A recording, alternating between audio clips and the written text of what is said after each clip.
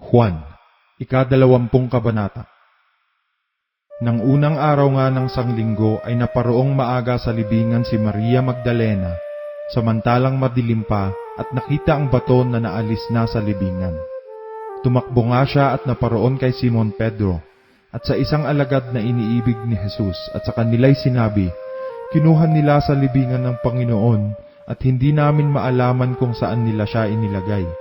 Umalis nga si Pedro at ang isang alagad at nagsitungo sa libingan, at sila'y kapwa tumakbong magkasama, at ang isang alagad ay tumakbong matulin kaysa kay Pedro at dumating na una sa libingan. At nang kanyang tunghan at tingnan ang loob, ay nakita niyang nangakalatag ang mga kayong lino, gayon may hindi siya pumasok sa loob. Dumating naman nga si Simon Pedro na sumusunod sa kanya at pumasok sa libingan at nakita niyang nangakalatag ang mga kayong lino. At ang panyo na nasa kanyang ulo ay hindi kasamang nakalatag ng mga kayong lino, kundi bukod na natitiklop sa isang tabi.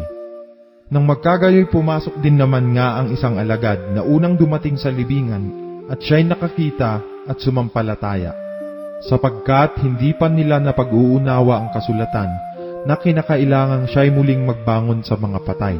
Kaya't ang mga alagad ay muling nagsitungo sa kani-kanilang sariling tahanan, ngunit si Maria ay nakatayo sa labas ng libingan na umiiyak.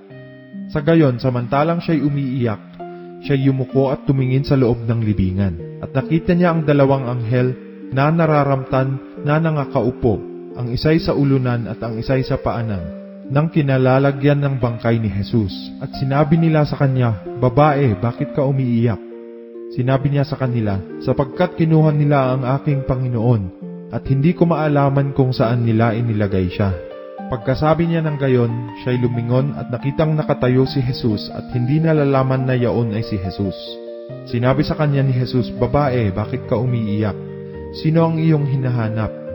Siya sa pag-aakalang niya ay maghahalaman, ay nagsabi sa kanya, "Ginoo, kung ikaw ang kumuha sa kanya, ay sabihin mo sa akin kung saan mo siya inilagay, at akin siyang kukunin." Sinabi sa kanya ni Jesus, "Maria." Lumingon siya at nagsabi sa kanya sa wikang Hebreo, "Rabboni," na ang ibig sabihin ay guro. Sinabi sa kanya ni Jesus, "Huwag mo akong hipuin, sapagkat hindi pa ako nakakaakyat sa Ama. Ngunit pumaroon ka sa aking mga kapatid, at sabihin mo sa kanila, aakyat ako sa aking Ama at inyong Ama, at aking Diyos at inyong Diyos." Naparoon si Maria Magdalena at sinabi sa mga alagad, "Nakita ko ang Panginoon," at kung paanong sinabi niya sa kanya ang mga bagay na ito. Nang kinahapunan nga ng araw na yaon, na unang araw ng sanglinggo, at nang nangapipinit ang mga pintong kinaroroonan ng mga alagad dahil sa katakutan sa mga Hudyo, ay dumating si Jesus at tumayo sa gitna, at sa kanila'y sinabi, "Kapayapaan ang sumainyo." At nang masabi niya ito, ay kanyang ipinakita sa kanila ang kanyang mga kamay at ang kanyang tagiliran.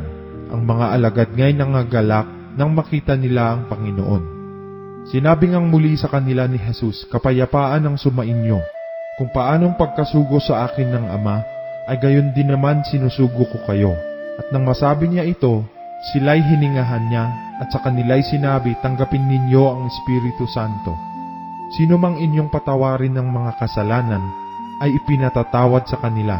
Sino mang hindi ninyo patawarin ng mga kasalanan, ay hindi pinatatawad." Ngunit si Tomas, isa sa 12 na tinatawag na Didimo, ay wala sa kanila nang dumating si Jesus. Sinabi nga sa kanya ng ibang mga alagad, "Nakita namin ang Panginoon." Ngunit sinabi niya sa kanila, "Malibang aking makita sa kanyang mga kamay ang butas ng mga pako, at maisuot ko ang aking daliri sa butas ng mga pako, at maisuot ko ang aking kamay sa kanyang tagiliran, ay hindi ako sasampalataya." At pagkaraan ng 8 araw ay muling nasa loob ng bahay ang kanyang mga alagad at kasama nila si Tomas. Dumating si Jesus nang nangapipinit ang mga pinto at tumayo sa gitna at sinabi, "Kapayapaan ang sumainyo." Nang magkagayoy sinabi niya kay Tomas, "Idaiti mo rito ang iyong daliri, at tingnan mo ang aking mga kamay, at idaiti mo rito ang iyong kamay, at isuot mo siya sa aking tagiliran. At huwag kang di mapanampalatayahin, kundi mapanampalatayahin." Sumagot si Tomas at sa kanya'y sinabi, "Panginoon ko at Diyos ko." Sinabi sa kanya ni Jesus, sapagkat ako'y nakita mo, ay sumampalataya ka. Mapapalad yaong hindi nangakakita at gayon may nagsisampalataya. Gumawa rin nga si Jesus ng iba't ibang maraming tanda sa harap ng kanyang mga alagad na hindi na nga susulat sa aklat na ito. Ngunit ang mga ito ay nangasulat upang kayo'y magsisampalataya na si Jesus ay ang Kristo, ang anak ng Diyos, at sa inyong pagsampalataya ay magkaroon kayo ng buhay sa kanyang pangalan.